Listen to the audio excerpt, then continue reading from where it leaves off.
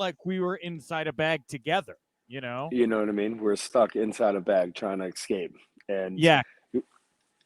you know when a bag's been crinkled a lot and now it's like even like sharp crinkly, you know what I mean? Almost hurts. I I felt feel like that. that's the kind of escape room we were in, and you were having a terrible time. You couldn't get out of it. I was a kettle corn potato chip in that bag of life we had going on. You're about to be eaten I was. alive. Well, another day, another kettle corn chip, you know? So, I got about 20 minutes here, Matt. Does that work for you? Yeah, that's fine. All right, here we Whatever you go. need. 3, 2, 1. My guest at this time is one half of the ROH Tag Team Champions, the OGK. They are going to take on the Briscoe brothers this Saturday night at ROH Final Battle. It's Matt Taven. Matt, welcome back to the Wrestling Inc. Daily. Thank you for having me. It's been not that long, but long at the same time, if that makes any sense. You know what I mean? Like I Sure. Yeah. missed you. I'm not Yeah. sure Mm, if it's been the appropriate amount of time, but it feels like it's been too long. yeah. What time's a flat circle? It's relative, I feel. Yeah, of course. Flat circle. Let's Sure. use that more often. Okay. Wonderful. So, Matt, when I heard the news about Ring of Honor, there was really only one person I wanted to talk to. I don't think I'm trying to think if I've had anybody on in the interim, but I really only wanted to talk to you because when I think of Ring of Honor and the good times I had at Ring of Honor, I don't think that there's anything I could say that I had more fun and a better memory of than Madison Square Garden weekend. Probably the biggest moment of your career. You climbed the ladder, became the Ring of Honor World Champion, and the night before, I got to call arm wrestling with you as part of the ROH Festival of Honor. That was a very special weekend, Matt. Yeah, I mean, probably the greatest moment of my life. You know what I mean? Probably up there at least. And it's crazy to think that that was 2 years ago, and here we are, a little over 2 years later, coming up to the final battle. What could be the final battle, which is that's a heavy statement just in itself. Yeah, dude. I mean, we're 48 hours ish removed here from Final Battle. Like, where's your head at right now, Matt? Like, what are you thinking about as you kind of go into this pay per view? You know, I'm like actually like really lucky that I have Beyond Wrestling tonight and Limitless Wrestling tomorrow and stuff. Kind of keep my mind off it. Like obviously, I've been thinking about it on and off, but it's one of those moments where I don't, you know, it could be my last Ring of Honor match ever, and I don't know if I'm ready to even tackle that thought. What it's just. I go back and forth with it. You know, I'm so happy for all the memories that I have had at Ring of Honor. At the same time, it's like I don't know, and I don't think anyone knows what's going to happen next. So it's just a bunch of stuff that's up in the air. And for me, I you know never wanted it to end. Obviously, if it is going out against the Briscoes is the way I probably wanted it to. Either the Briscoes or Jay Lethal, but man, they came up with that package the other day, the video package hyping up the tag match, and I just kept watching it on repeat. And you're like, this is, you know, this is a chapter of my life. I guess people don't ever have the chance to really know, like, hey, this is the end of a big chapter of your life, and I'm going into this knowing that that's the case. So it's like this weird pressure you put on yourself, as much as it's almost like you just don't want it to come because you don't want it to be real in the end. So, I mean, yeah, Matt, did you have any inkling this was going to happen? I mean, I mean, did you have any vibe something was amiss before the Zoom call with everybody? Yes and no. I mean, I've been in wrestling long enough to know to kind of look around and see the writing on the wall. And like Sinclair and Ring of Honor had taken care of us during this pandemic in a 5 months time that we were doing nothing for, you know, for them or for the TV product or anything really in general. I mean, we were trying to film as much as we could at home, but you just know, you look around, you're like, man, they're paying everyone their full salaries and getting really nothing in return. That can't last forever. And you know, when we came back, it felt good that okay, we can get back on our feet and we can really kind of pick up where we left off. But I think the uncertainty when we kept going from having a crowd to not having a crowd, I think that just kind of kept me on my toes. Of thinking like, anything could happen at any moment. It's hard to look around and see that we're having these empty arena shows and knowing, wrestling's a gate business for the most part. And when people are in the audience, they buy more merch, they do more of this, they are more excited to sign up for all the other things that they physically can feel a part of, which is something that they don't probably feel when they're not able to be in the arena. So with that all going on, I always kind of had my guard up, I would say. I didn't think that, anything necessarily caught me off guard. I just kind of always was looking around, kind of wondering where things stand. And we were told where things stand. So, but with that being said, also that we're also told that there is going to be a future. We just don't know what it is. So when there's an uncertain time like that, I just always kind of put it in my mind of like, okay, this is the end, and whatever happens after this is a bonus. So you don't get your hopes too high up or too low, and it's definitely a tough thing, but it is what it is. Such is the wrestling world.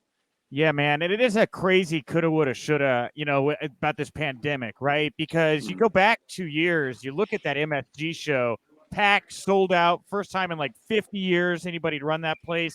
At that time, I was starting to hear rumors about y'all working towards getting the production equipment in line to start running live weekly TV. I mean, dude, that's got to be such an emotional, like, rubber band type situation for you, especially as like the guy they were like building around, getting ready for what was supposed to be that big wave. Yeah, I mean, we were told that we're amping up for weekly live TV, and then the pandemic hit, and everything in the world started changing. So we were fortunate. I can remember during the pandemic thinking that a call like this would happen any day, just because of the uncertainty of everything, and you're watching people outside of the wrestling world getting laid off left and right. You can't help but think, oh, could this happen to us? So we're very fortunate that we were taking care of that entire time. But it's something that we're obviously still dealing with this pandemic, and it's something that's still affecting a lot of businesses, and Yeah. unfortunately affected ours. So, Matt, are you officially a free agent now, or do you have like time left on your contract? Like, what's going on with you right now? I still have a little bit of time under my current contract. Okay, but they're just kind of letting you do whatever you want. There's really no restriction. There definitely are restrictions in some sense, but they're letting us get back out there and do independence and get our names back out there. And this is how I came up. This is how I made my name for myself in the first place. So places like Beyond Wrestling, Northeast Wrestling, and then going to places for the first time, debuting at places like Warrior Wrestling and Limitless Wrestling this weekend. Oh yeah.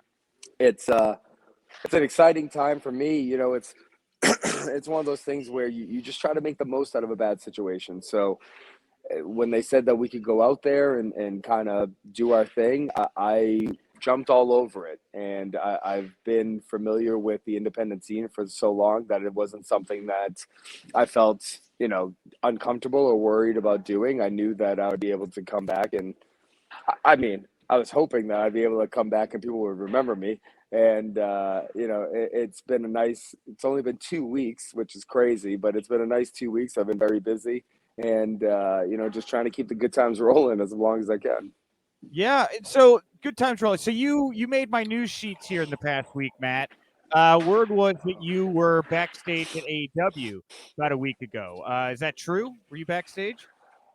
Uh, I, I was seeing some friends, it's in this business, like, it's sad because sometimes, you're like, oh, they're going to go here or I'm going to go there. And you think that you're going to, talk to people and like, just life catches up and you never get a chance to really see people and stuff like that. You'll shoot random texts and stuff and you have to kind of almost be like, you know what? I know everyone's going to be at one place at one time, I'm going to make the effort to kind of finally go see someone or see a couple of peeps and say hi. And, you know, it's funny. You go and you try to hang out with your buddies, and then by the time you get home, you're on the internet and people are talking about you, and you're like, I don't know why that is so important, but I guess I do know why. But You at the know same why? I time, was about to say people are interested in your future, man. I mean, if they hear you're of hanging course, but around, you know, when you don't even know your future, it's hard to be like, please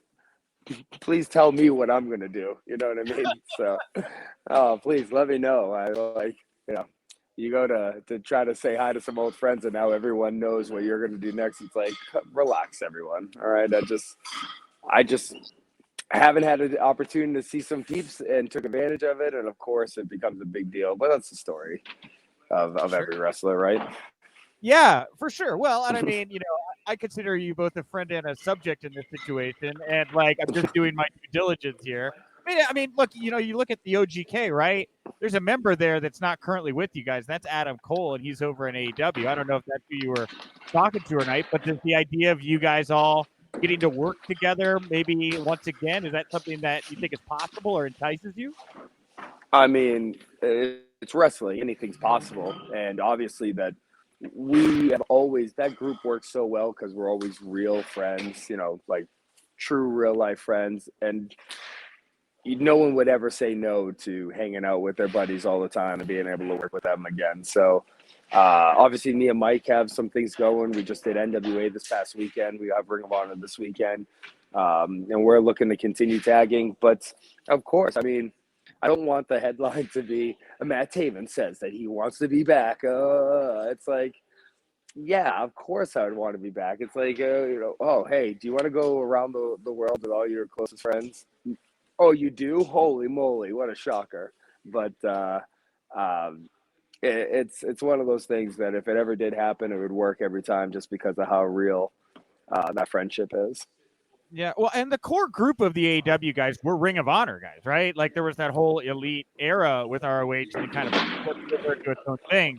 What was it like for you to work with those guys? The four or the I guess the five at the time elite members who went on to be MVPs.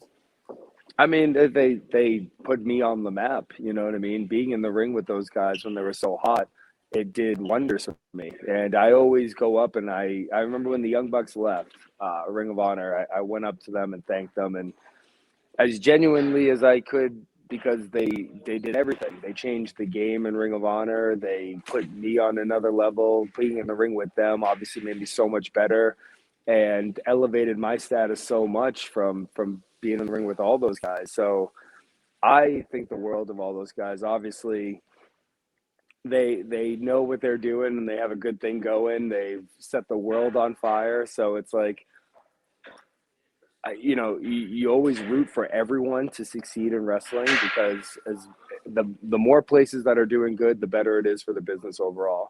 And seeing those guys, do what they did and really change the world, like they would always talk about, it's a beautiful thing, and everyone should be rooting for them.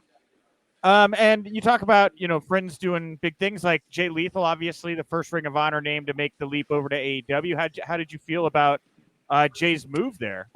So shortly after the news of the hiatus. I mean, Jay is he's Jay Lethal, man. He's so good. You knew he was going to end up somewhere pretty quickly. There's a big part of me that wish he could be part of Final Battle this weekend, but I was so happy for him. And he's a guy that has done another guy that has done so much for me. I really think the match in Vegas where me and Lethal go 60 minutes kind of elevated me to another level that I felt confident going forward that I could do anything.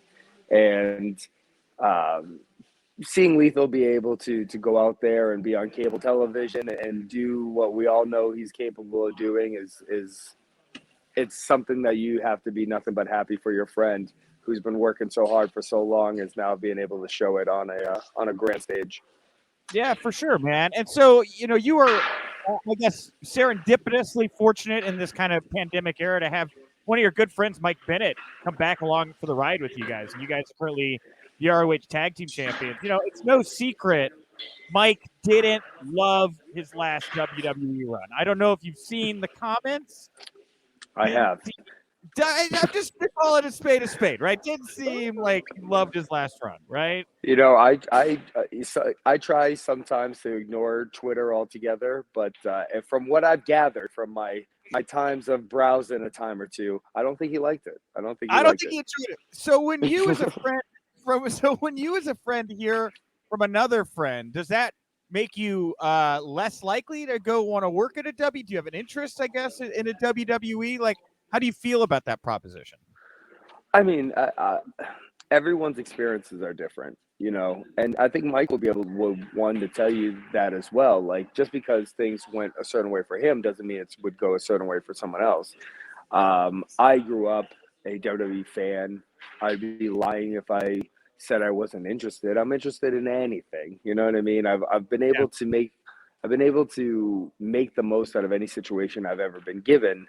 So I honestly feel whoever or wherever I was to get a shot, I would make the most of it and be able to do what I've done everywhere else. So, um, you know, we've all heard plenty of horror stories. There's been plenty of people that have had horror stories about Ring of Honor as well. It doesn't necessarily mean that that was the case for everyone. So,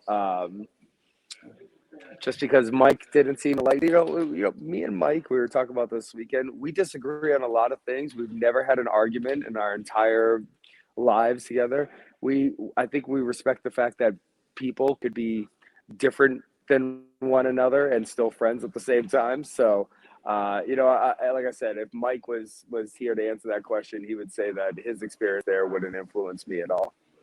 How has it been for you working with EC3 on the Free the Narrative stuff? That's a really interesting project he's got going on over there. A very interesting project. I want more people to kind of put their eyes to it. And like working with him, it's like working with someone. It's hard to explain. Someone like so passionate, like you see people like Billy Corgan talk about music, and the way they talk about it, it's almost like it's another level for them.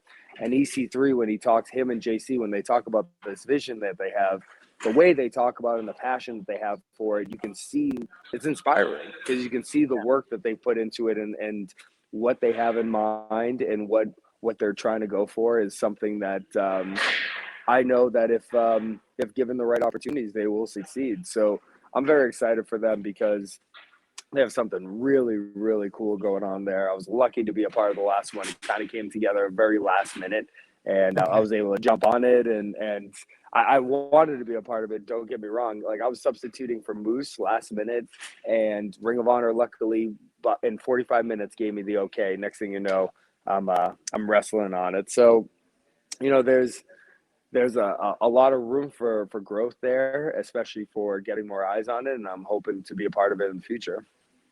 Yeah, man, it's going to be a really interesting 2022. There's just so much great talent out there right now, and I compare it a lot to the kind of craft beer business where it's like, not everybody wants to work at Coors. There's going to be a lot more of these craft, beer or craft wrestling things popping up, and I just think it's going to be very interesting. I don't know if you agree with that sentiment or not, but I just think it's going to be an interesting 2022 considering how many people are just going to be available and capable of creating, if that makes sense. I love that reference. There's craft. I see breweries popping up everywhere. You don't see people kind of saddling up to the bar and having Bud Lights anymore. They go to like their local brewery and they select out of the local vats. And if that's the case and that's how guys are going to be able to make a living, then so be it, because the indie scene could have an eruption right now with the amount of talent that's out there. There also could be another promotion to pop up. There could be one of these promotions that wants to expand. So many things can happen, and with so many guys out there, like you said, the possibilities are endless. Right now, it's one of those times where you're like, all right, I want to kind of get my tentacles out there as much as humanly possible because you don't know what's going to happen next. So I want to kind of test the waters everywhere and kind of find a place that fits the best. Yeah, man. All right. Well, last question, Matt. We're going to jump on the cliche bandwagon here. Since I have you, let's talk about the Mount Rushmore of Ring of Honor. Do you have a Mount Rushmore of Ring of Honor 4 heads that you would put on on the mount? Kerry Silkin, Okay. Delirious,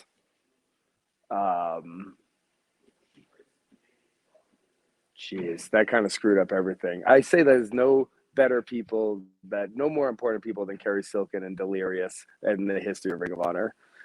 So I wanted to put them in there somewhere, but if it would be easier to just do wrestlers, and it's like Jay Briscoe, Jay Lethal, Bryan Danielson, CM Punk, right? Or no, Samoa Joe. God damn, maybe take out Punk and do Joe, Danielson, Briscoe, Lethal. Dude. It's tough. That is so tough. I love the love for Jay Briscoe, man. He has still got it. He's still the scariest man walking the face of the planet Earth. Jay Briscoe from day one to the very end is the man there. And, when he was champion, I got to tell you, there was nothing more badass than seeing Jay Briscoe walk down out of the curtain holding that belt. It's like, man, this guy looks like he could whoop anyone's ass. That guy deserves to be champion. Him and Jay Lethal, at Best in the World, title for title, that could be one of the best matches in Ring of Honor history. You know what I mean? And that's why both of them forever will be in my Mount Rushmore as far as wrestlers for Ring of Honor. But I'd say Danielson and Joe. That sounds like a good one. Okay. All right. Fair enough. Well, Matt, I want to thank you so much. I wish you all the best for Final Battle this Saturday night.